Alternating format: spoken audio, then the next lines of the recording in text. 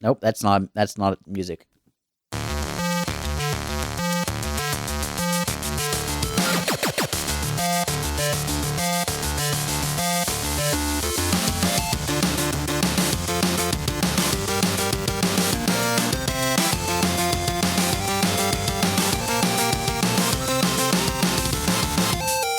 Hey, welcome to Front Seat Gamer. I'm this podcast's Carl Pilkington, Nick. Yes. I'm here with Saveun. Hey, man. A.k.a. Ricky Gervais. No, wait. And Blake. I'm Steve Merchant, ain't I? How's it going, guys? Good, man. Good. So, it's been a couple of weeks. Mm-hmm. Blake's been playing some Zelda. Yep, been playing some Zelda. I've been playing mostly phone games because I've been waiting for Zelda. Right, did you go back to Clash Royale? No. Hearthstone? I have been playing some Hearthstone. New expansion came out, so we'll talk about that. Oh, yeah, dude. I know nothing about that new expansion. Like, I have friends. Well, you're in luck. I have friends that are like into like Blizzard stuff, and normally they keep me up to date with that. But I've heard nothing, so it was a total surprise that this came out. Interesting. All right, well, we'll talk about that a little bit. Sure. And Saveun, you've been playing a little bit of Horizon. I made it to Meridian City. Nice. And that game's still that game. It hasn't really progressed too much. Yeah, dude. Like when I hear people talk about this game, the first week everyone was fucking stoked about it. Like, this is an amazing game. Yep. Second week, people were like, kind of like coming down on it, and like now I'm not hearing anything. Yeah, I think the dinosaur robots kind of faded away. Yeah. But yeah, I caught Cam in the kitchen, and he was like, I thought about it. I still like The Witcher. And I was like, dude, The Witcher's pretty good. What the hell? Cam is playing through one of the first DLC, the Hearts of Stone, and last weekend he started playing through it, and he was texting me updates because he was just like, oh my god, I can't believe this. The story is amazing. Yeah. The story is amazing. The story is amazing. Yeah. Like, that game is the story. These fish quests are great, man. These portals inside of chests. So, let me ask you a question. Now, Witcher's an open world game. Yep. And story is a big, important part of it. Is story a big, important part of your enjoyment of games? I mean, it depends on the game, right? I mean, if, like... Well, that's the thing. Like, does it? Because... I normally think that, like, story is pretty important, but not so, like I mean, look, Elder Scrolls stories are fine. Yeah. But I really enjoy Elder Scrolls games. Mm-hmm. Zelda's story is pretty terrible, but it is one of the most interesting games I've played. Zelda's story is almost as basic as you can get, right? Like, you're a hero. You got to beat a bad guy, and there's a princess to rescue. Yeah, and you can go looking for more detailed story elements, but for the most part, the story is very secondary to everything else. And the thing, playing through Zelda and talking to the characters in there, they kind of do just repeat the same thing over and over and over. That there was a catastrophe 100 years ago. You're this legendary hero, and you got to save the world. Like, they just say it over and over. Yeah, it's on everyone's like mind constantly. Is he famous? He seems to be. Yeah, you are sort of a celebrity. And in fact, there's like a running gag in that game where Link is a hottie. Have you picked up on that? Kind of. Yeah, if you talk, there's a lot of female characters. You talk to them, and even some male characters. You talk to them, and they're like, "Hey, how's it going?" No, what's up? Yeah, and like, you gotta. Well, they always because there's no voice acting, they just have that little soundbite at the start, and it's always like the chick is always like, "Huh?" Like, they're just so surprised and excited that you're even talking to them. It's, yeah. There are definitely people who are like sort of starstruck when they meet you. Yeah. What's interesting about Zelda's story, when I say the story is sort of secondary, I should point out the main quest line story is very secondary. There's actually a lot of little stories, like within each village there's side quests and stuff, and those stories are quite. They're not like super complex or anything, but they're interesting and they're well told. They lead to interesting stuff, at least. Yeah. Like, I don't know how spoilery we want to get right now, but Okay, let's preface this. We're gonna probably this episode talk about Zelda in pretty great detail. Yeah. So if you haven't played Zelda and you don't want anything spoiled, which is totally understandable because that game is full of enjoyable surprises, maybe save this podcast for later. And dude, that's totally what I had to do. Like a few weeks back, listening to video game podcasts when they're talking about Zelda, I'd be like, I just can't listen to this episode because I'm gonna play it and I don't want anything spoiled. Really? And dude, our level designer Dan, we were at lunch and I told him that I'd been playing it. And then he just like in casual conversation started spoiling stuff for me, Yeah. and I was like, "Whoa, man, you got to stop talking." Jeez. Yeah, But is it really that spoilery? Well, it's the thing features is, that if you discovered them yeah, on your own, you'd be like delighted and surprised. it's you know? not. It's not so much like you're going to spoil the story. You're not going to find out that Yep. Ganon was Link's father the whole time or something like that. Oh shit! Well, I hope not. Otherwise, fucking spoiler. But it's just like you rob someone of discovering a little Yeah. thing themselves. You know. Yep. And a big part of what makes that game so enjoyable is the discovery element. Mm. So I think to take that away is to hurt that person's experience. Of the Yeah, game, I yeah. think. And even just like, I mean, you talked about some very small little things about the Korok seeds, Yeah. right? And so now whenever I go up atop of a hill and I see a stone there, I'm like, there's a Korok seed there. Yeah. And going into the game, I already knew to watch out for Spoiler. Right. random stones on Right. hills. Yeah, I think that probably harmed your enjoyment of the Korok seeds to some extent. Only for that. Yeah. Only because I knew I get to the top of a hill and be like, I see a stone, I bet this is what's Yeah. going to happen. Yeah, but I think there were probably lots of Korok seed archetypes that you discovered on yeah. your own and Sure. were very pleasantly surprised Yeah, by. yeah. We were talking about, so let's talk a little bit about how you have progressed in Zelda. Now, when I played Zelda, You hit it hard. oh yes, I played it very we checked the actual hours I played. I played 114 hours. Your girlfriend said you were basically gone for 2 weeks. Yeah, I was In the same in the same house. room. Same room. It was just like I would say, "Okay, goodbye, sweetie." Like we. I'm in not talk the world of Hyrule. Leave me alone. What was so funny is I would every 5 minutes be like, "Oh my god, you have to see this," and like and show her something. She's like, Yeah. "Uh-huh." Oh yeah, Korok seed. Yeah, that's real cool. Thanks.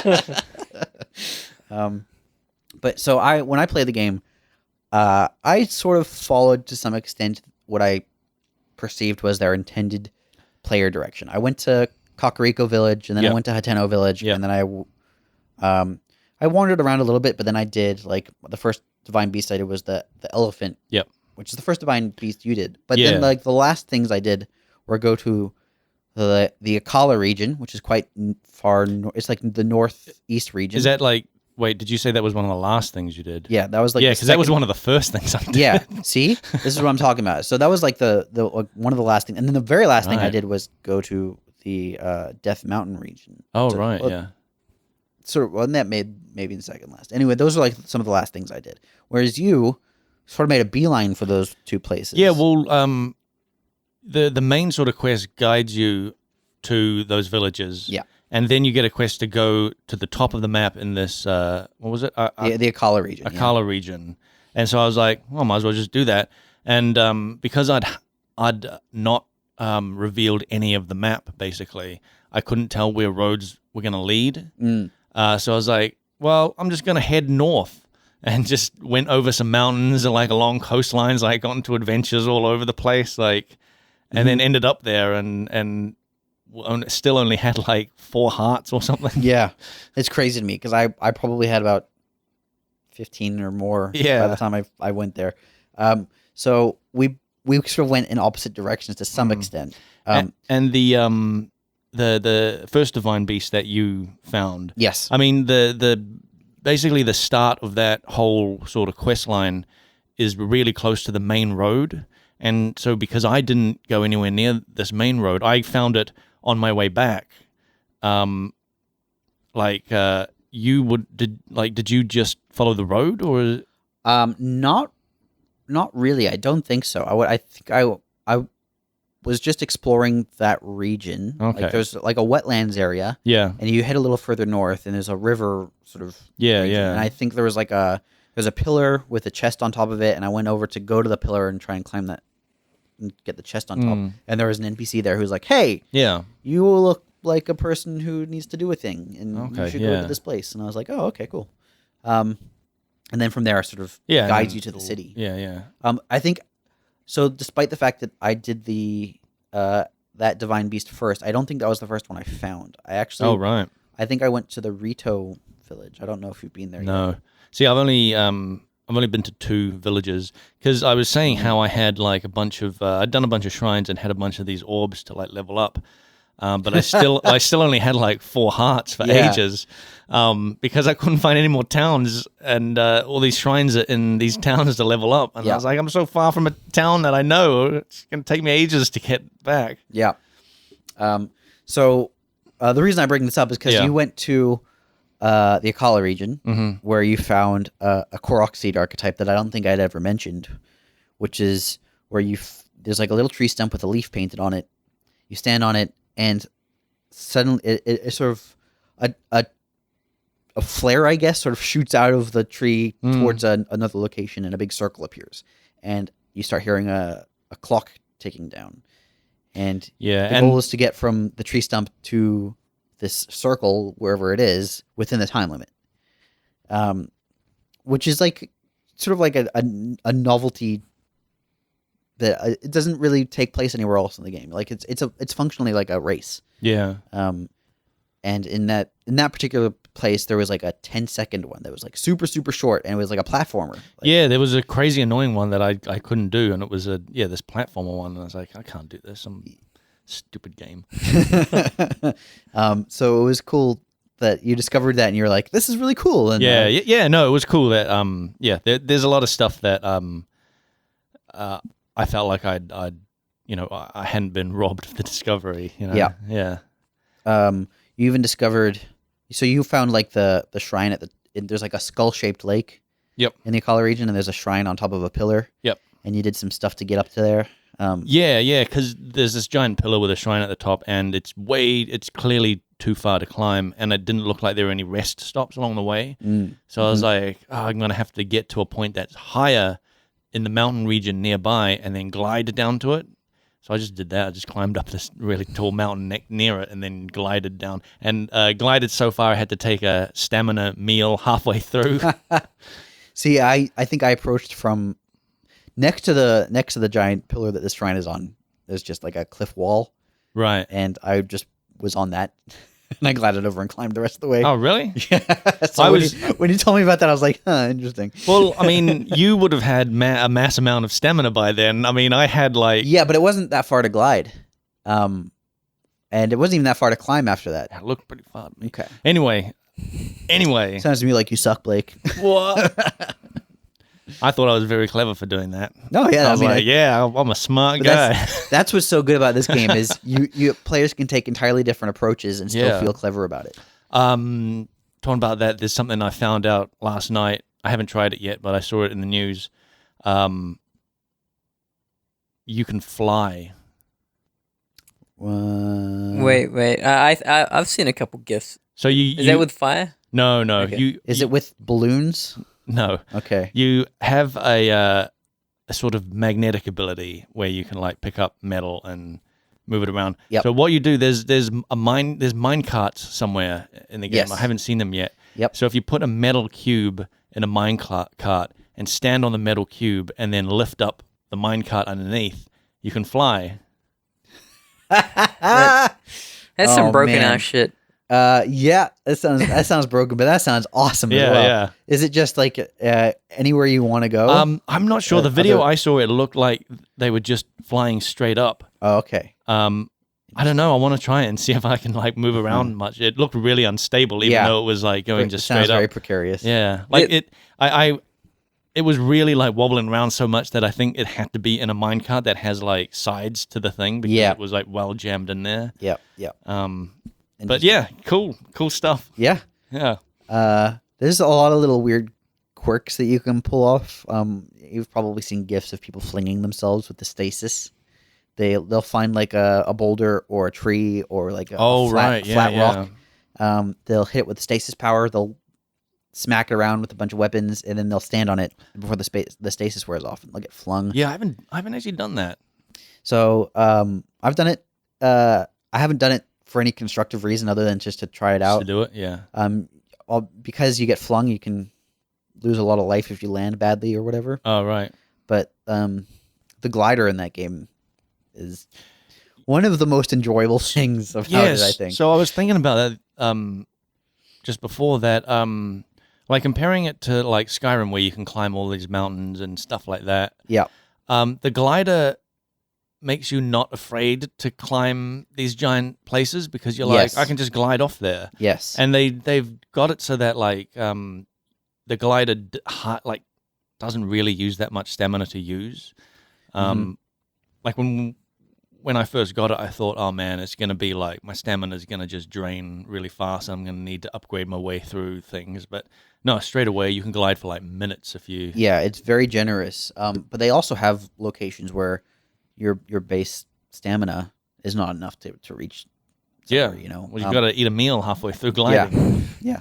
And so I quite like that. It feels very ample, and yet you also find situations where it's not enough. Yeah. But yeah, I just thought that's a really cool So good. addition to that. You make a very good point in that it allows players to climb places without fear of reprisal. Yeah, you're not afraid of like, oh, how am I going to get down? Yes. Like it's all cool in Skyrim to get to the top. Yeah. Of that giant mountain, but then Right. what? I just go back down. You don't. Yeah, you have to like really carefully slide down. Yeah. Or it's kind of silly, and at the same time, like oftentimes it feels like, especially in Elder Scrolls games, there are locations that you want to climb to the top of, and because of like the way the slope is or whatever, you can't get there, or it feels really janky trying to get there. Yeah, I've heard people describe things like janking your way up something as Skyriming yourself somewhere, like doing a bunch of like jump, crouch, side strafing to get somewhere. I was like, you just Skyrim up there. I remember in Oblivion. Did you play Oblivion? Either of you play Oblivion? Okay. Saveun has. There was like a lake region, with like little islands in it, Right. and you couldn't climb up onto the islands.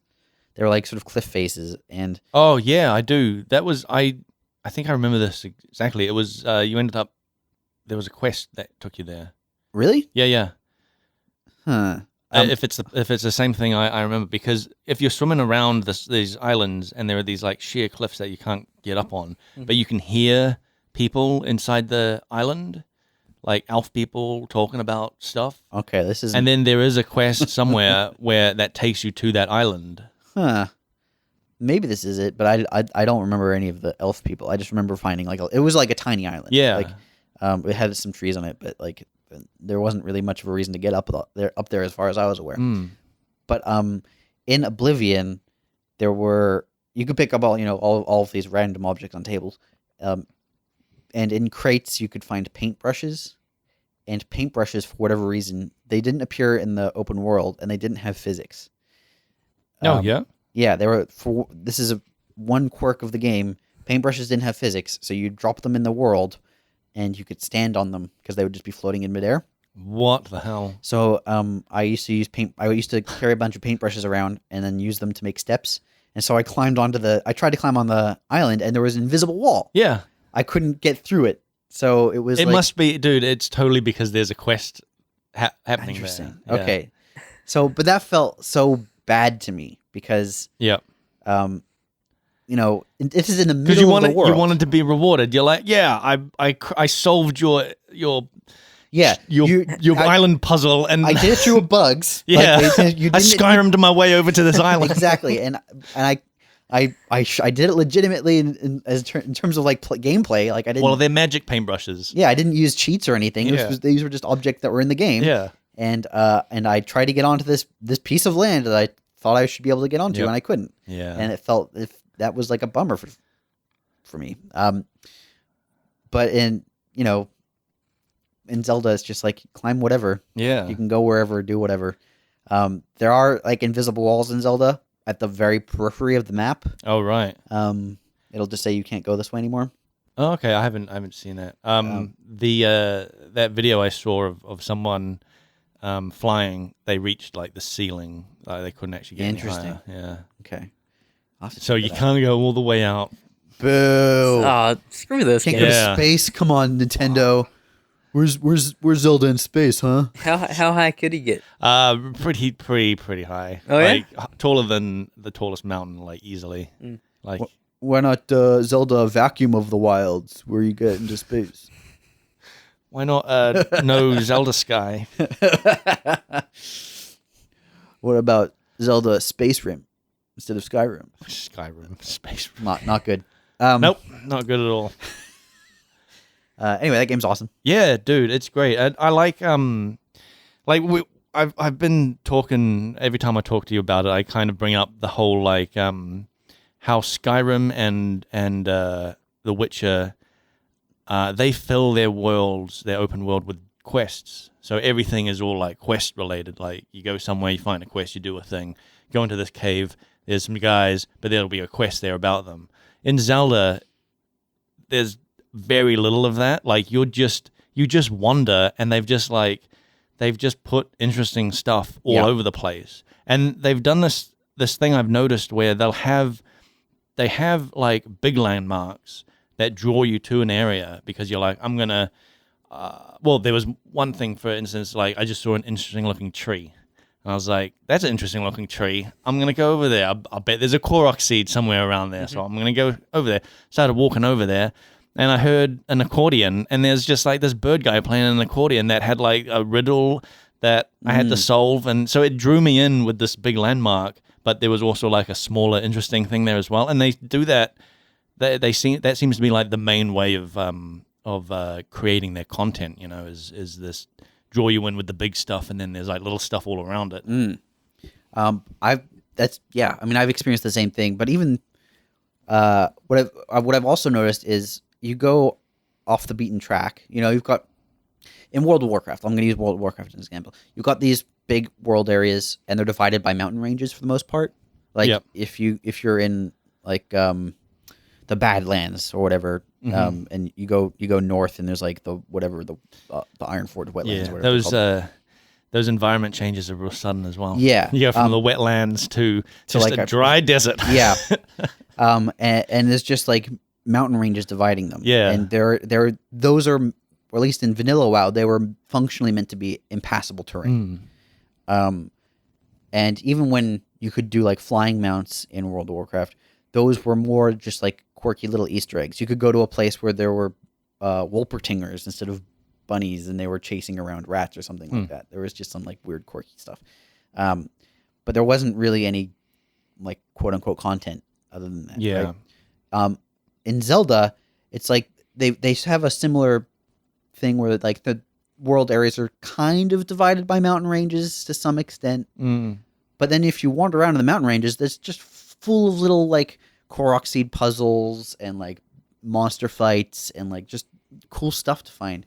And it's not like the big content. You're not gonna like necessarily find shrines there, although sometimes you do. But you're not gonna find nothing either. That's the thing. Like, and even the places that kind of have nothing, like the big open fields of grass, they just are really nice to run through. Like, yeah, it's pleasant. Yeah. And then sometimes you still find stuff. Yeah, and like suddenly there's a still guardian there, and you're like, oh my god, I have to deal with the guardian in this huge open plain. Yeah. How do I deal with this? Well, there was a spot I went to yesterday. It was up on a sort of hill area, and it was like this big sloping like plain on this hill. And I was just going along, flying down, and the lod came in. And it was there was some popping, and it was one of these big spider guardian guys, and I was heading straight to it, and I was like, no. Yeah. So performance is one problem with that game. Yeah, that like for sure. Like playing it on the Wii U, like it's definitely there's lag, frame rate issues, Yeah. especially in villages or places with like high grass density. Yeah, villages are totally the worst. Yes, Hateno Village, for example, when there's lots of characters walking around. Yeah, and like lots of, because all of these buildings have like fully high detailed interiors. I assume that's all still like loaded to And some degree. All the shops have the way you buy stuff. The items are just in the shop, like the physical items Yeah, sitting you on walk the over shelf. to it. Yeah, and you walk over to it and you click on it. So all the there are items active and everywhere. Like, Yep. it's just those areas are just dense with stuff. So here's one thing. I don't know if I've mentioned this before, but this is relevant to the villages. You play a game like Skyrim, and probably The Witcher. You go to a city. There's lots of NPCs. A lot of those NPCs are guards or like there for color. They're like they have a line or two that they say, but otherwise they're just there to like more or less fill out the village, make it feel more alive. In Zelda, there are no NPCs that don't have like interesting things. Have you noticed that? They all have like their own quite detailed conversations and multiple like stages to those conversations. Sometimes that's annoying because I'd finished that Guardian and I was like, I'm sick of these fish people. I want to leave. But I saw a bunch that wanted to talk to me and I was just like, yep, okay, tell me your story about your catching some frogs or something. Oh, okay, cool. Oh, you want me to get some frogs for you? All right, that's cool. I'll do that. All right. Oh, what do you want? Oh, you lost your mother? It's just like there was a bunch of people that wanted me to get stuff for them, and I was just I just saved you from this Guardian, man. Yeah, let me go. That location in particular has like a really high quest. There's NPC a lot density. Yeah. And I was gunning to get out of there because I'd spent so long in this area. I think when I defeated that divine beast, I hightailed it out of there, and I came back later and I did a bunch of quests, and it was nice because I came back. And I was like, oh, there's a whole bunch more stuff to do. That's cool. Yeah, no, on my way out, picked them all up and was like, Jesus Christ. I can see why you'd be like kind of fatigued. After that. So you did your first divine beast. Yep. The elephant. Yeah, so that was cool. Like, I thought that it was going to be like a Dark Souls boss battle where you're up against this giant monster and you have to hit it with your sword. But it's totally not. It's like I never played a Zelda game before, but I've heard about the water temple and all that sort of stuff. It was one of those. It was, I guess, that game's version of those. Yeah, there's a dungeon basically. Yeah, there's a dungeon. Yeah, and I kind of liked it. And there was a boss battle at the end. Yep, but that was cool. For those who haven't played. Saveun, have you ever played a Zelda game? Yeah, man. Yeah. You played Ocarina of Time, right? Yep. Do you remember the water temple? I do remember it. Do you remember how I hard remember. that one is? Yeah. It's like a water temple is one of the most like complex dungeons I think. Yeah, I've heard everyone talks about this water temple from Ocarina of Time, but I've never. Sucks, man. It's if you aren't prepared for the mechanic of the water temple, it can be a frustrating experience because it is based around shifting water levels in this quite large structure to access different places. But at the same time, you end up getting like boots that let you sink to the bottom of the water. Oh. And so you have to, there's interactions between doing things to travel upwards by raising the water levels, but then also revisiting lower levels when the water levels are high to access things you couldn't access before again. So there's like lots of revisiting locations in different states. And can you easily drown? I think you get a blue tunic. Yeah, you get the blue tunic there, so you're good. Oh, so it's just mentally hard, not like yes. Yeah, you have to remember this freaking layout of this temple. And it's got tall rows and certain locations. It also has one of the most memorable Zelda fights where you fight Dark Link. I call him Shadow Link. Shadow Link? Is that it's functionally like a mirror of you, and when you use skills, he uses the same skills, and you clash against each other and stuff. Wow, great! Cool. Yeah. The concept is fantastic. And finding a way around that was really enjoyable. So anyway, Zelda games are the dungeons are usually quite complex and can take like multiple hours. In Breath of the Wild, the 4 big dungeons are still probably, I would say, like half to a quarter of the size of your usual Zelda dungeon. Okay. So if you liked those, I really reckon you should check out some of the past Zelda games. I thought it was cool too because it kind of is an extension of the shrines. Yeah. Like you're using the same, skills to like it's all. It's sort of like you've learned all these skills and practiced them by doing shrines. Now do a bigger version. Yeah. I really liked them. I wish they were longer personally. Right. I would have. That is one thing that I think I miss about other Zelda games. Mhm. I would have loved for Breath of the Wild to have a full on big, well structured dungeon. Yep. Then the Divine Beasts show that like there's the potential there, Mm-hmm. but I feel like they stop a little early for me. Right. However, it was that one I did was. I mean, it took a while, but it still was like once I realized what to do, it was just a matter of doing it. yeah. You know. Um, And it didn't seem, it didn't seem too short to me, really. Like, I don't know. right. But then again, you haven't experienced like other Zelda dungeons. Yeah, that's true. So, that's true. I think although I would have been fine doing a bigger dungeon for sure. Like, Yeah. if that was one part of a bigger dungeon, then that's fine. Yeah. And that's why I wanted. I Yeah, wish it were one part of yeah. a bigger dungeon. Because it was enjoyable. Like once you figure it all, once you figure out what you need to do, Mm-hmm. it's really enjoyable because you're like, yeah, I'm a smart guy. I figured this out. Not just that, but I also found that playing out, like you may figure out the steps, and Yeah. but still, oftentimes in a game when you figure out the steps to a puzzle, then playing out those steps can be frustrating. Yep. Like previous Zelda games, you realize you have to push some blocks around onto switches in a certain order or whatever, Mhm. but pushing those blocks around can be slow Right. and can be frustrating. Yeah. Because it's just like, oh, I know what I'm doing for the next like 4 minutes is pushing Yep. blocks around. There was a shrine that got a little bit like that for me, where you had to. There was a giant ball that you had to get on a platform, but it rolled down this water,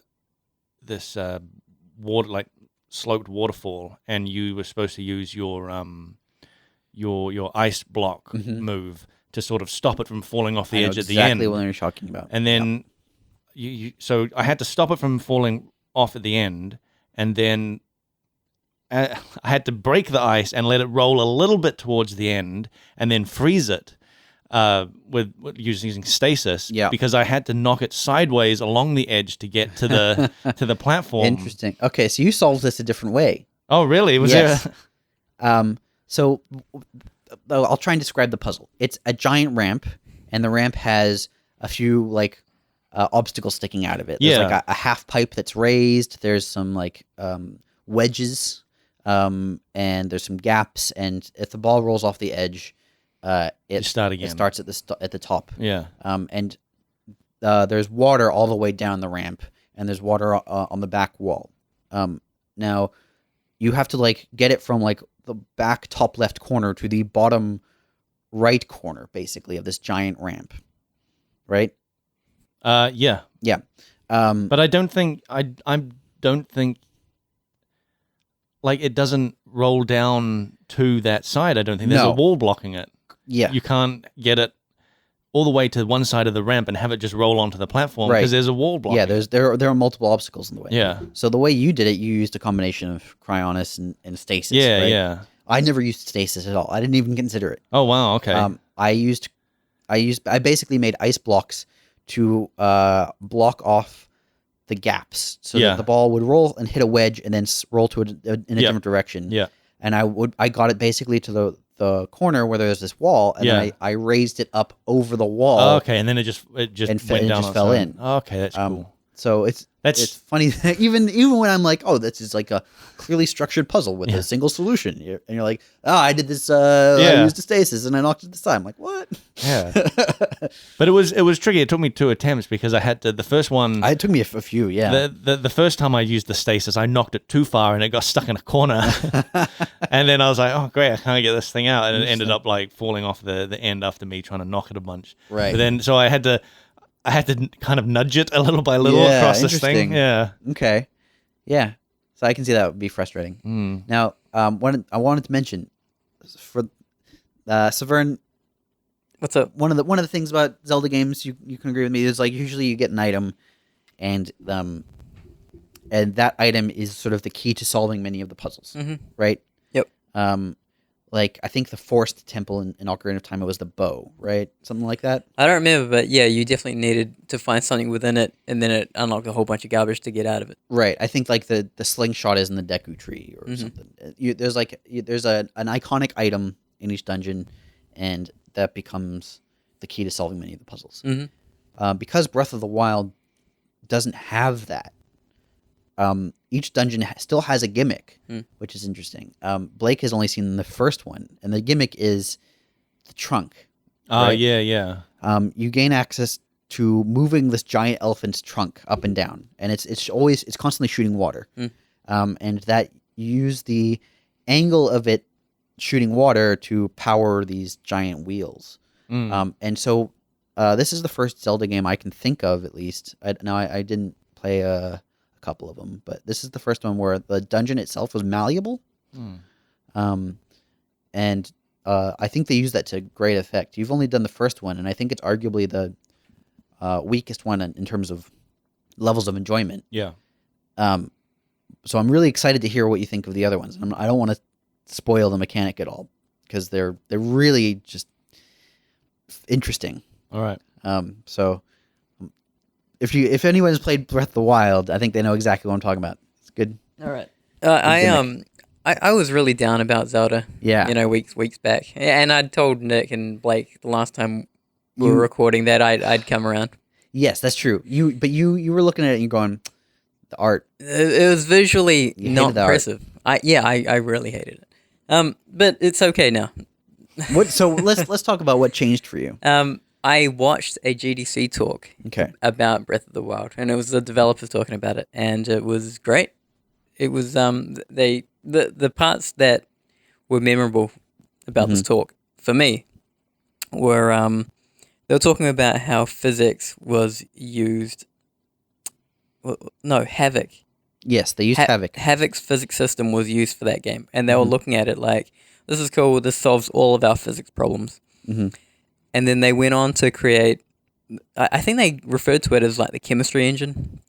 I see it's everything driving fire, wind, water, and that kind of thing in that game. And that's awesome. I like how they took that concept and then just kind of built up mechanics around that. Right. And that's where all these really cool gifts are coming from. Yeah, they basically decided they wanted to bring some physicality to the world, right? You can light grass on fire, and what does fire do? It creates hot air, and hot air has lift. Yep. And so they used like basic science knowledge to establish interlocking mechanics, right? And then built gameplay out of those interlocking mechanics. Yeah, really. and I love that. I hadn't even thought of doing that kind of thing, but that's definitely what I think's missing in a lot of video games. Yes. And I think, man, I really hope a lot of people get onto this, and we get more of this interplaying it with basic elements. Yeah. In open world games. Yeah, it's interesting because like when we think of open world games, we really mainly think of the terrain, right? The terrain is the main feature, and then there's like locations on the terrain that have interesting things. And you've got NPCs walking around towns. Like towns are full of interesting things. That's cool. Yep. But the terrain is just there to put interesting things onto, and it doesn't often itself serve to be interesting. And so much in open world games, the interesting thing is a cave or a dungeon, or something that something, ends up being separate from the actual yeah, world. Yeah. I think physics and ragdolling were a big thing last gen. This one, I can definitely see more developers getting on the chemistry engine side of things. Yeah, well, I hope so. I hope it's. I really hope that Zelda is the first in a new wave of open world thinking. The physics often was only there to make the world feel more realistic. Like you rolling like a cabbage down a hill in Skyrim or whatever, doesn't serve a purpose. Yeah, I was just trying to think, are there even any physics type puzzles in Skyrim?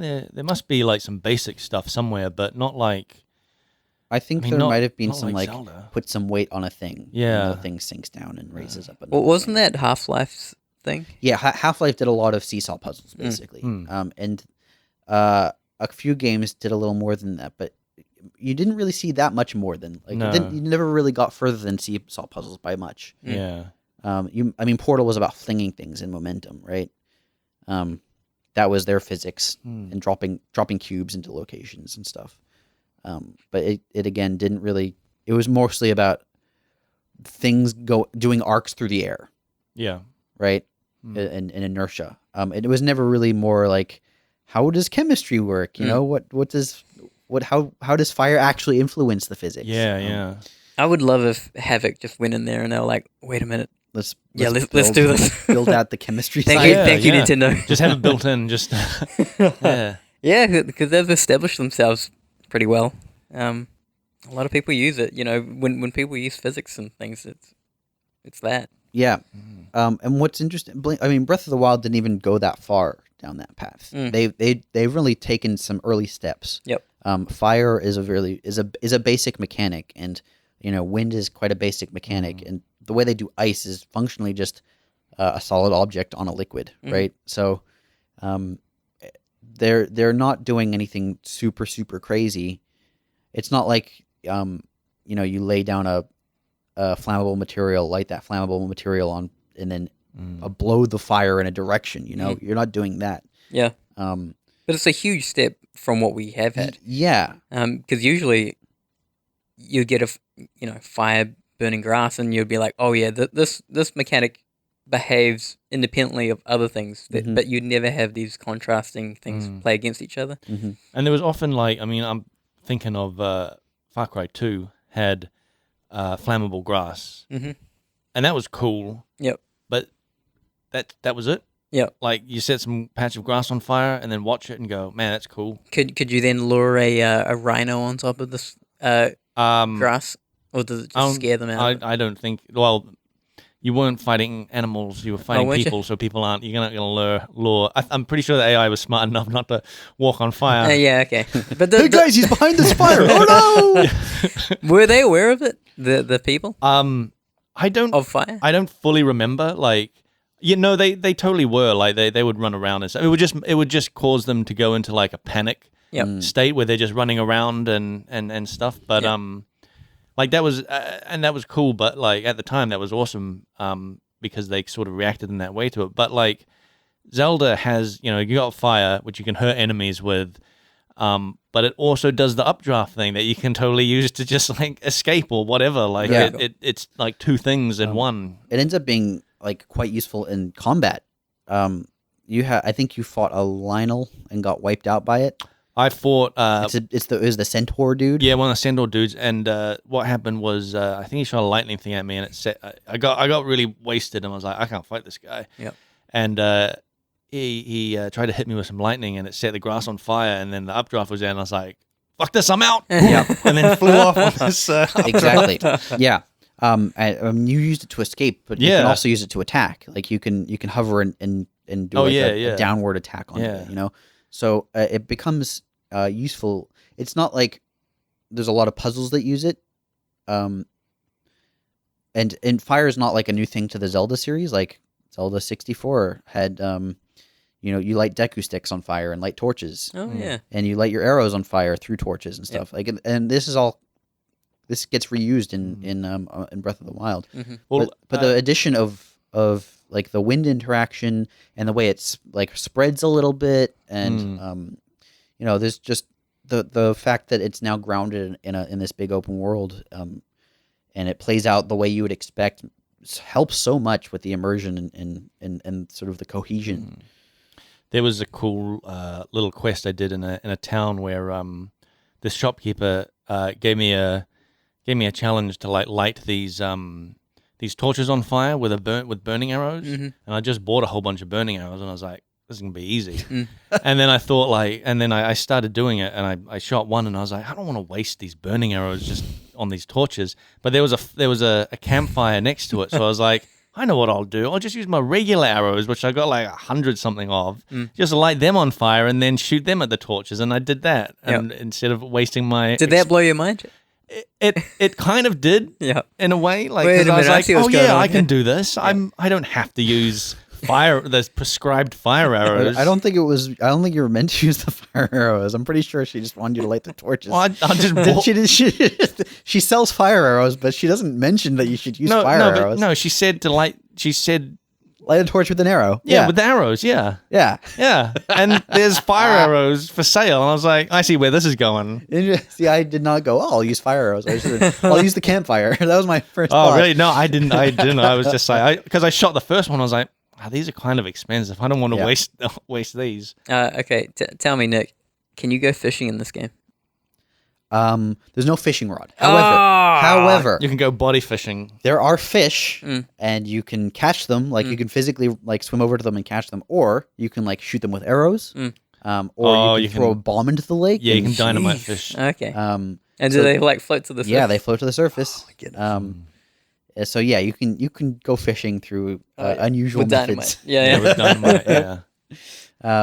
But yeah, there's no fishing rod. Okay. Do you remember that in Ocarina? Yep. I do remember there was a little fishing game. That, however, was like super janky. Like trying to get like the special lure or whatever it was. Yeah.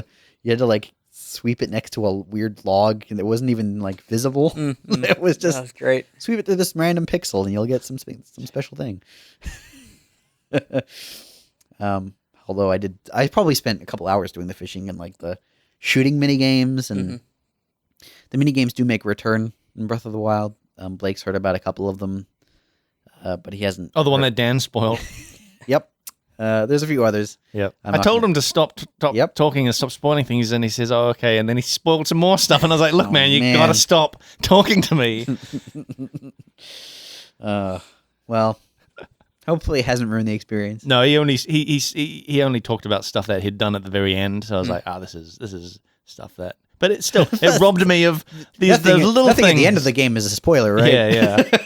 He robbed me of these like little tiny things that I was like, you gotta not tell me. Yeah, I honestly think this is a game. I'm probably saying this too late if you're listening, but this is a game where the less you know before you play, the better time you're gonna have. Yeah, it really is like. Yeah, I don't know.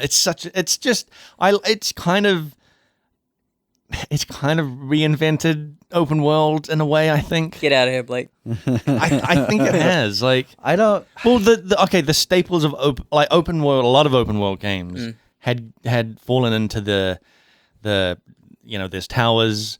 There's quests everywhere. Everything's all quest driven, and the whole see that mountain there, you can climb. It's like yeah, you could, but what's the point? Right. And you can't really climb it. You have to Skyrim yourself up things. Yep. This is fully just like you see that mountain there. You can actually climb it, and there's probably a Korok seed or some little puzzle thing up there to find. Like I don't know. It's just filled the world with interesting stuff that like if there was open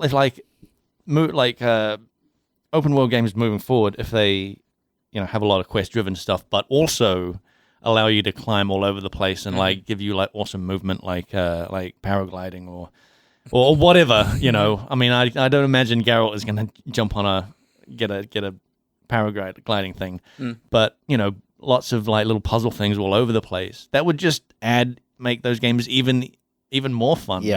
Like GTA, imagine if they're just like, you see that building there, you can climb up that building, or you can go into that building. And you can jump off it. Old GTA games, like you got a parachute, man. GTA 3 had like the secret packages everywhere, right?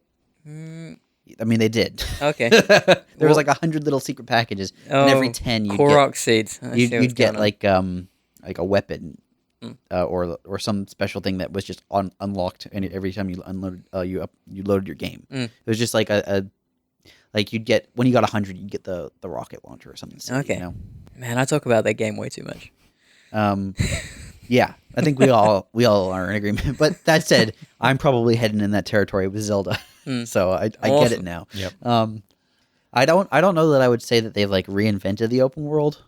I would say that they have greatly improved upon it. They've taken structures that like archetypes and features that people have sort of come to expect, and made them improved upon them. Mm-hmm. You found a few towers at this point. Yeah, you've noticed probably that Each of the Oh towers wait, has I've heard of this shit before. Yeah, I know. Towers. There's towers. They got towers that do the Ah, exact same thing as every bullshit. other. I know, right? except that each tower has like a twist, right? Kind of like I found 2 towers that had I had difficulty trying to figure out how to get up. Like there was some weird stuff happening. Yeah. Like the tower in itself is often a challenge. Yeah. The first one you get, you just climb.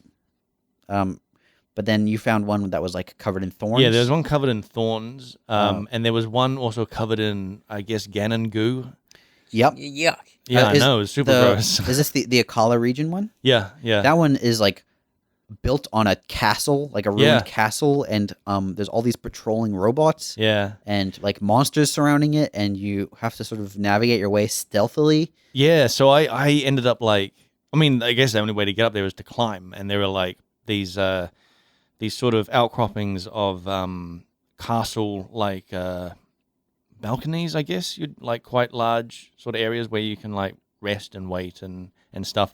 But I got halfway through that up there and it started to rain, and you can't reliably climb in the rain because you'll fall down. So I basically just had to wait on these ledges for the rain to stop, and then maybe like when it was raining, try to climb up smaller little ledges along the way there, and it took me freaking forever to get up there.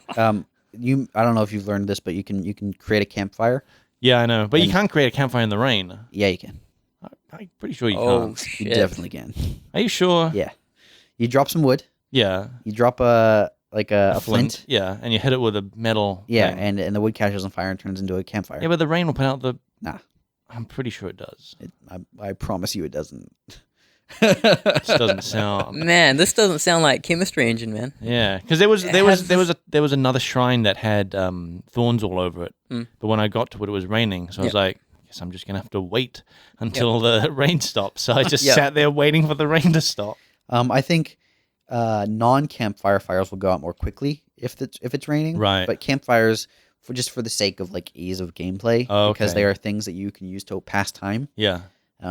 They basically create a game object in the world that you can then activate. Well, I guess the thing is, because I've seen like static campfires, like NPC campfires, go out in the rain. Yeah, you can relight them. So I was just like, oh, things, and your fire arrows don't work in the rain. This is true. Yeah. So it made sense to me that campfires wouldn't work in the rain. Here's I find the arrows interesting with their weather interactions. Yeah. If you've been to the Death Mountain region, A little bit. I haven't like. did you get close enough to start taking damage? No. Okay. It gets very hot, Yeah. and in fact, you eventually like catch on fire. Oh wow. Okay. I don't know that this is spoiling anything. I don't think it is, but and this is more like a warning. Don't try and use bomb arrows Oh, because they'll blow up. because they blow up immediately in your hands. Oh my god. That's awesome. Yeah, that's awesome. I like that. I think I nuked myself 3 times Before you realized. oh no. Yeah. I'm Well, dumb. dude, I like bomb arrows don't work in the rain either because I found that out by Yeah, because they've got a chucking- fuse on them. I think. yeah chucking bomb arrows at a camp and being like, why is this not working? I like the weather interactions. Yeah. It matters in a way that it doesn't really matter in most of other games. Yeah.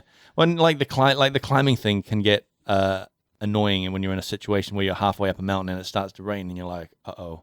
Yeah. But generally, I actually end up liking it because it just makes you think of other ways to like get around places. You know, like if you're sneaking up on someone and you're like, oh, I'm going to climb up this thing, and then it starts to rain, you're like, well, I can't climb up there. I'm going to have to find another way to sneak around. So the Divine Beast you just did, Yeah. the whole area is basically raining. Yeah. the You can't moment climb you- up anything. Yeah, and so they use that like it's driven by a story element. So it's constantly raining. You can't really do anything about it. But it then creates an interesting dynamic for that part of the world for a while. You know, you have to navigate the world without climbing, Yeah. or at least use climbing in short, careful bursts. You know. And that whole thing like adds to that journey because it's quite a winding path Yeah. to get to the city. And then when it stops raining and it's all done, you can just climb up stuff and paraglide, and Yeah, you're back and to where you were in suddenly- like a few seconds. It's, Yeah, you feel like you've unlocked something. yeah, yeah. I do want to talk about something related to Breath of the Wild. Oh, yeah. You guys are both terrain artists. Sure, yeah. I'm one of those guys. Yeah, I mean, you do a mix of things. Mhm. I mean, and so do you, Blake. But often the things that you're working on are parts of terrain, right? I pretty much only do terrain. But you'll model an object. I'm a one-trick pony here. For terrain or whatever. Yeah.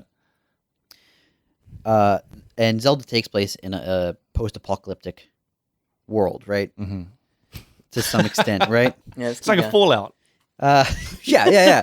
They've got like super Well, weapons. no, it is because you come out of a vault at the start. Oh, Sure. shit. Yep. That's fair argument. But no, you see ruined cities and you see Yeah. ruined buildings and stuff. And Path of Exile has Sarn. Right, yeah. I was interested in the way they did their ruined cities. I actually quite.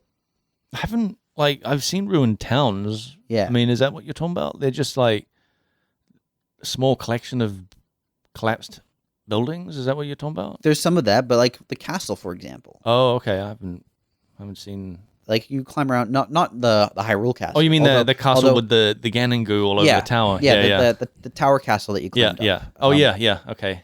Like the way they portrayed that. Yep. And in fact, in the Zora region, there was a building. You probably haven't found it yet. Yeah. I found it sort of, I don't know, like 80 hours in, something like that. Jesus.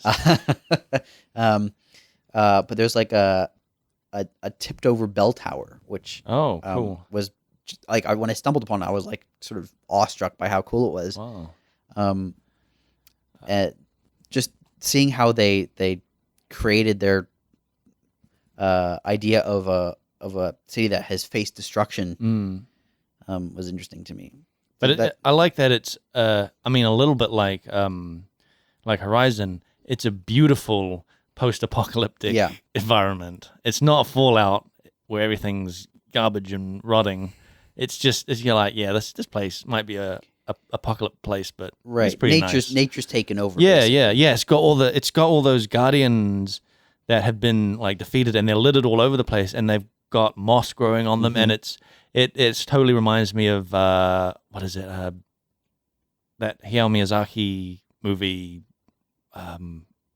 Castle in the Sky, I think. Yeah, where there's a robot that's like covered in moss, and this castle has got all these robots covered in moss all over the place. It's such a cool thing. So like I was even going to mention there's on the way to Kakariko, you pass through like a region that's just got hundreds of these guardians littered, and like you go past a wall that has like guardians crawling over it that were destroyed as they're crawling over it, so they're still just there. And it's interesting to me because that's environmental storytelling. Yeah, right? it totally is. I talk about how Zelda's story is dumb.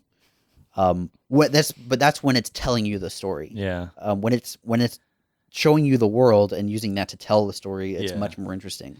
Yeah, that stuff's actually really cool because you can see where the battles took place. Yeah. Like the that tower I was talking about that had the Ganon stuff all over it. Below that, there's like a section where there's a bunch of them, those defeated guardians, and you're like, oh yeah, so this army like came up here and a bunch of them got wasted, but they eventually like destroyed that. Yeah, they overran it. Yeah.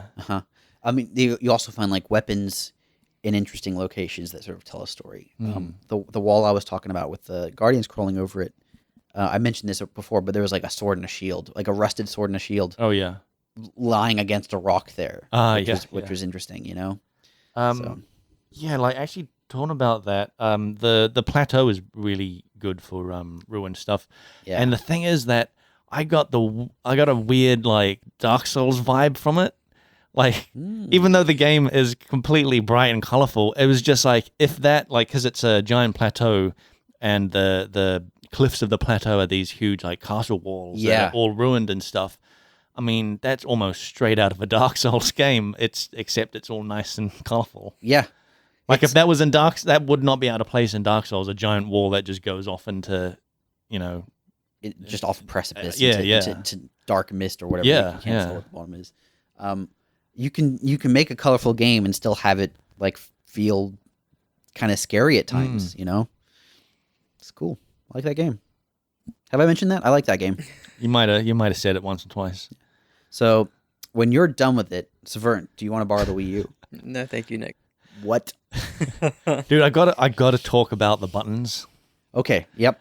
God damn it! Like You've mentioned that quite a it few took me. times. It literally took me. Like the first weekend I had, I was struggling with my own hands.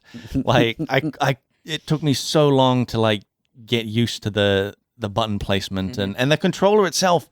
The Wii U controller is so fat and annoying, and I got a sore hand from like clawing my thumb to press like the map button. It was just what the hell. Have you gotten better at it? Yeah. Do you still have problems at all? Nah.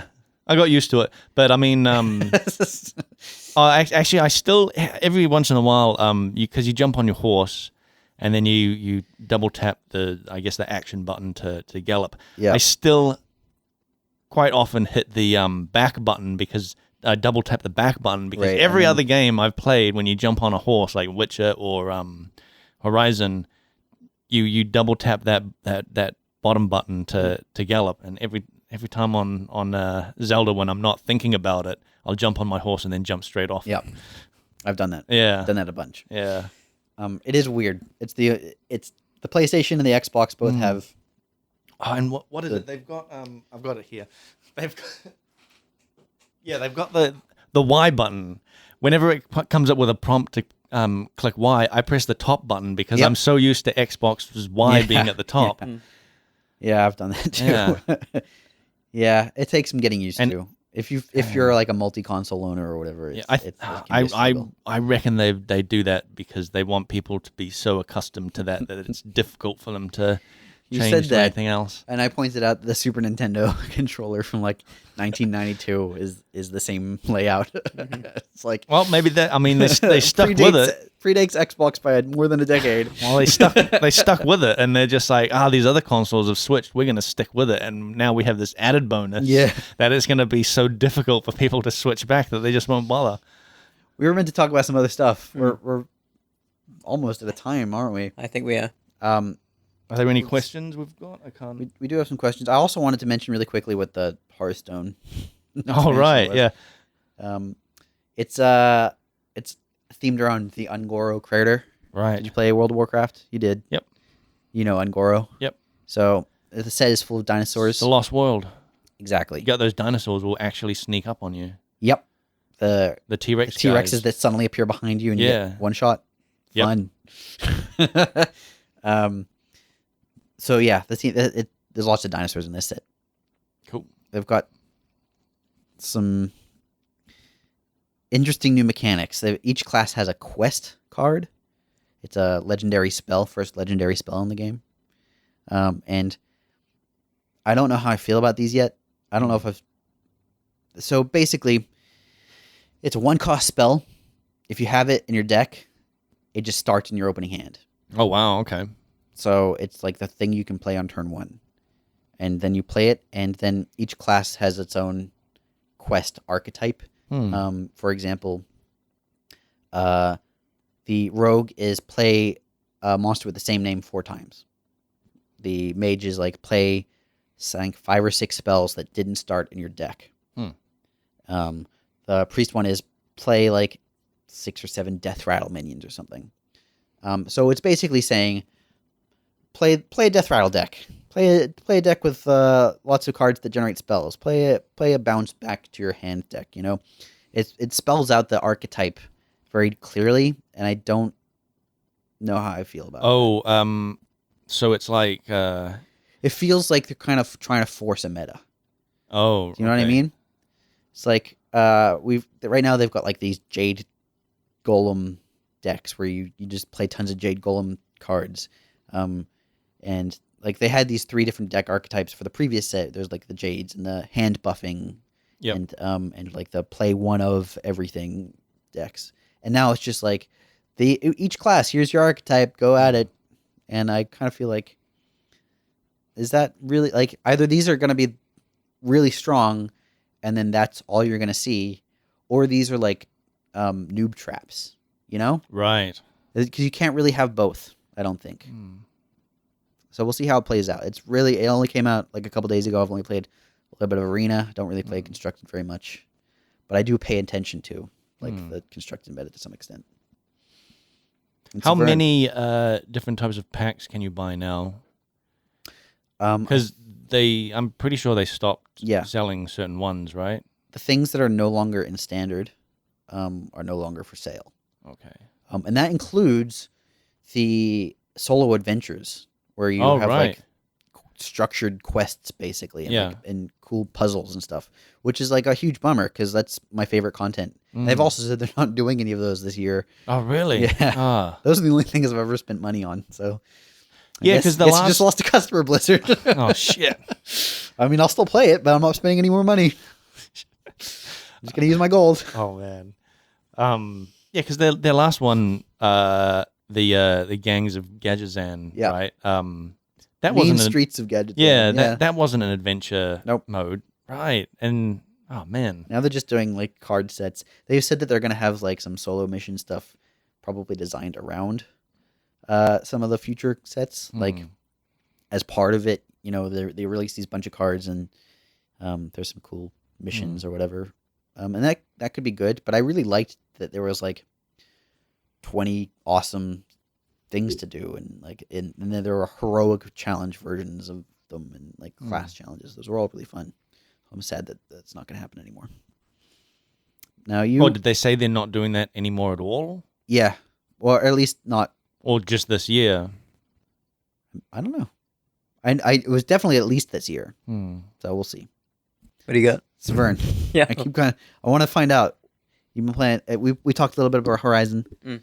And we talked about how the more people play it, the less in love with it they seem. Yeah. And you've played some. And you've also, it sounded like you quite early on you started kind of losing that. What do you want me to say, Nick? Well, no, I'm curious, like why? What was why do you think that is? I see what kind of game it is. It's a Witcher ass game. So it's great.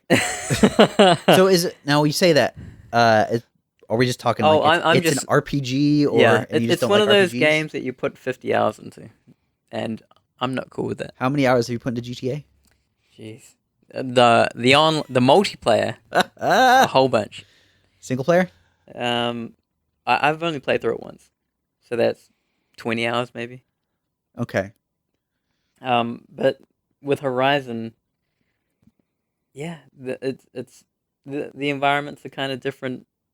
The animals, dinosaurs and stuff, that's cool. That's worn off too. The fact that it's robot dinosaurs has stopped being a novelty. Well, I had to make my way to Meridian, so Yeah. I was just trying to gap it across the canyons, and I feel underpowered, so I'm just getting out of there. I saw a T-Rex, and I did not even want to approach Oh that thing. shit! Is 'Cause T-Rex? that scared the shit out of me. Mm. And it has like a radar on it. The thing's just like God. glowing with freaking components that you can rip off. Mhm. I'm too scared, Nick. Okay. So your problem with the game is that it's too scary. No, it isn't. It's that I know I could get lost in that, and I've got too much stuff on right now, and I don't want to commit time to it. It's too good. Yeah. It's too good. You're losing interest in it because you're afraid you're going to become too interested in it. Yeah, Interesting. that's exactly it, Nick. That's fascinating. But it's got bad lip sync. When I see bad lip sync, it bothers me. It breaks immersion. You know, I did see good lip sync this last night when I was playing it. It's fucking great. Is this hot chick, blonde? But I don't know. It's dramatically better than everyone else. It even looks better than the main Like character. they spent a lot of time working on her. I couldn't believe it. Her face model's really good too. Do you think that's like one artist that's like, I'm going to put my mark on this game? I think so because it looks way too good. Or maybe they were doing like a vertical slice and this is the one they chose. Oh, yeah. Like, Yeah. this This is is what a it's target based render, on. guys. This was the E3. Yeah. Yeah, she's a chick that will ask you to go for relics. She's like a merchant chick in Meridian City. Mm. And you'll see it, and you'll not be able to not see it. It's too good, that lip sync. It stands out. She's It's so good it completely stands out. expressive. Yeah. Oh, cool. It's way too good. She's got like really thick black eyeliner. Got the panda eyes. She's got some panda eyes. She is Zoe Deschanel type. No.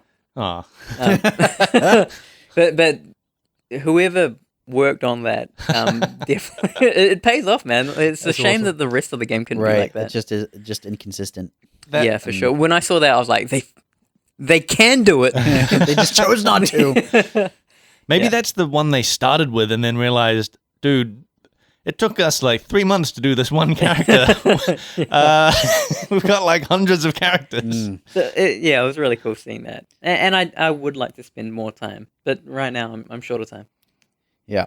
And so are we. So Yeah. this is going to be a slightly long episode because I also want to just answer a couple questions. Oh, We've can I just been pick so one? lax. Can I pick a question? Yeah. I've got one that I read. I think it was on YouTube. Oh, okay. It was about First of all, inven- before you do it, though, I just want to say thanks at Loxy Reed. You know what you did. You know what you did. You know what you did. I we think know we know what you did. I think I know what you did. So there was a comment on YouTube, and the guy was talking about inventories and how they're not like fully fledged out. Yeah, I is think that in the that's- questions? I think there's one on here by I derp a lot. Okay. Do you want me to read this one out? Yeah, let's go for it. I think that's This is the one. Yeah. From I Derp a Lot. Guys, I love me some open world games. And I think everyone will agree that the open world genre is seeing its best games to date. However, personally, I feel as though key game systems of open world games haven't changed in ages. One such system in particular is inventory systems. Most of us struggle IRL to carry a backpack with a laptop and say 3 unibooks in it and run and jump at the same time. Yet characters in Horizon manage to carry a metric shit ton of stuff. The point I'm trying to make is that inventory systems need to get a realism update to portray our everyday reality that we cannot carry everything with us all the time. This isn't applicable to inventory systems like the one PoE uses. I think it would ruin the game a bit. But I think Horizon and games alike and future games could do with more severe form of inventory management that resembles reality more closely. It says hashtag my 2 cents. Great podcast as always. Thank you. I completely disagree. Disagree. Yes. Okay. But let's start with you, Saveun, because it sounds like Yeah, I thought that was a cool idea, and I never played Daisy type games, but I get the feeling that they have a decent inventory, more realistic kind of. Do they? I haven't actually played it, but I was thinking Daisy as well. Like survival games are kind of as close to that sort of thing as you could get, where you're really limited in what you can carry. Yeah. Mm-hmm. I see. I'd personally, it'd be cool to have a video game where you have a backpack and you're walking across, and if you're engaging in fights, you have to like put this backpack, hide it somewhere, Yeah. and then pull out some weapons. I guess it'd be really cool in like a Last of Us type game. I really like the idea that of your in-game character actually like having the weapons stored on the model, you know? So if you're carrying 5 swords, there's 5 swords on your back, you know? If you're carrying a shield and you got, you know, but Call of Duty, man. You've got a primary and a secondary. yeah, And some grenades. yeah, and they're all seen on your body, right? Like, yeah, I like that idea because, like, I mean, The Witcher, he's got like his 2 swords and stuff, but he's also got like hundreds of crafting components, and I don't know where the hell he's storing all that. So, I agree that it's a cool system. I like limited inventories, but it really depends on the game. It's got to be a sure. balance of like, is it actually negatively impacting the game? Yeah, I think Saveun's point that survival games are probably the best suited to it, especially multiplayer survival games. The idea of putting your backpack down, stashing it somewhere, and then like trying to take someone on for that higher mobility, that's fantastic. That's a great idea. That's that's a Daisy survivor Yeah, game I type. can't think of a game that does anything like that. Yeah. No. But I don't play too many games, so. Yeah, Or it'd be a real like survivor kind of like Last of Us type situation, right? Where it's a single player game, but it's like that kind of thing is worked into the system. Yeah. I like what would play out in that scenario where you could just get a guy, distract him. He's like gearing up for a fight, and then you Yeah. steal his stuff. Yeah. and you're just Yeah. like, yeah. That's fantastic. Did it? That's a great idea. Like there's definitely emergent gameplay there. I would hate it if Zelda had that. Like that would be so that right now you've got limited weapon and like bow space, like and that you can expand that. And actually, I quite liked before I found out you could expand it. I was fine with like having 3 or 4 weapons. Yeah, you said you had like what 200 or 100 something Korok seeds before you even found out that you could use them to expand your Yeah. inventory. So you're walking around with like 4 weapon slots for like most of the game. Most of the game, yeah. The thing is, I despite having like those 4 weapons, I had hundreds of like choo-choo jellies and like all of the like animal components and recipe components. And the fact that I could see something and like a mushroom or whatever on the ground and pick it up and not have to worry about, oh, I've got too many mushrooms. I loved it because in games like Oblivion, where collecting is like a big part of the fun, like in Oblivion and Skyrim, finding stuff and collecting it is a lot of the fun for me.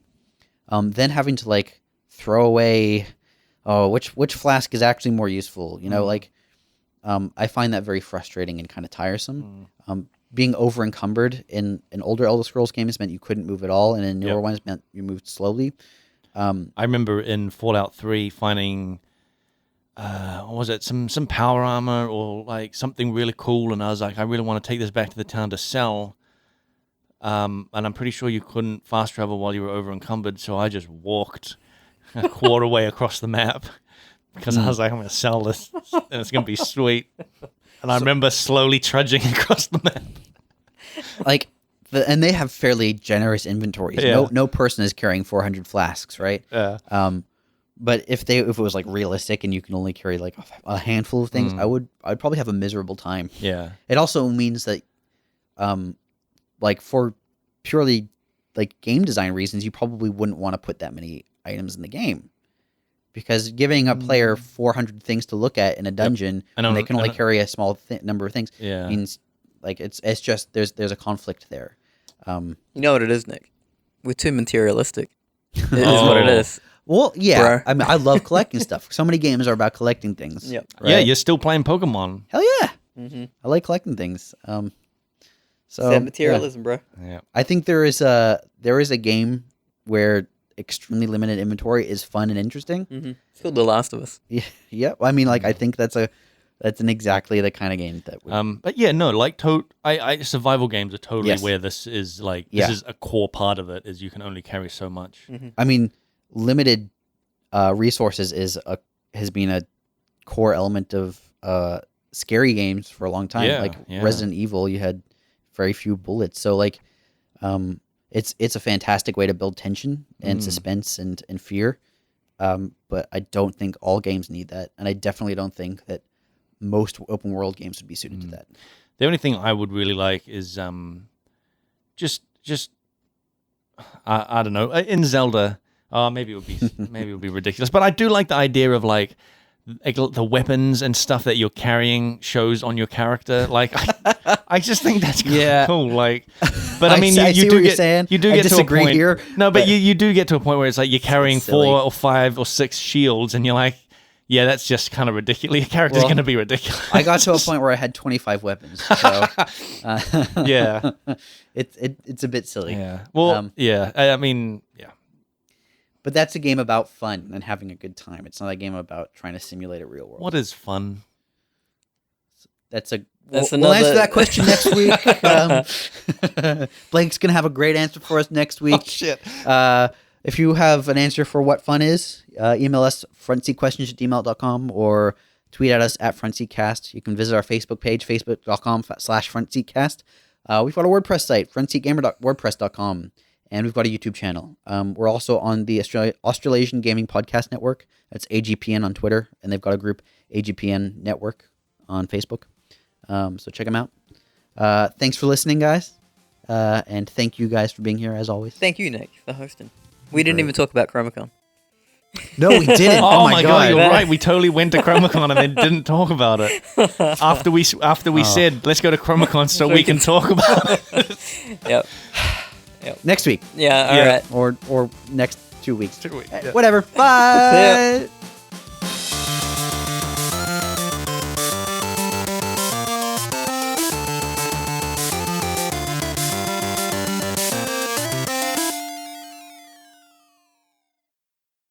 So now Blake's gone.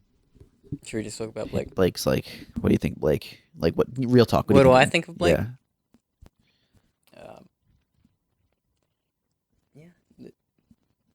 I don't know what to say about the guy. He's giving a thumbs down. Saveun's giving a thumbs down right now. Mhm. He's like doing 2 thumbs down. Mm-hmm. It's really mean to Saveun. Yep. What do you think of Blake? He's fine.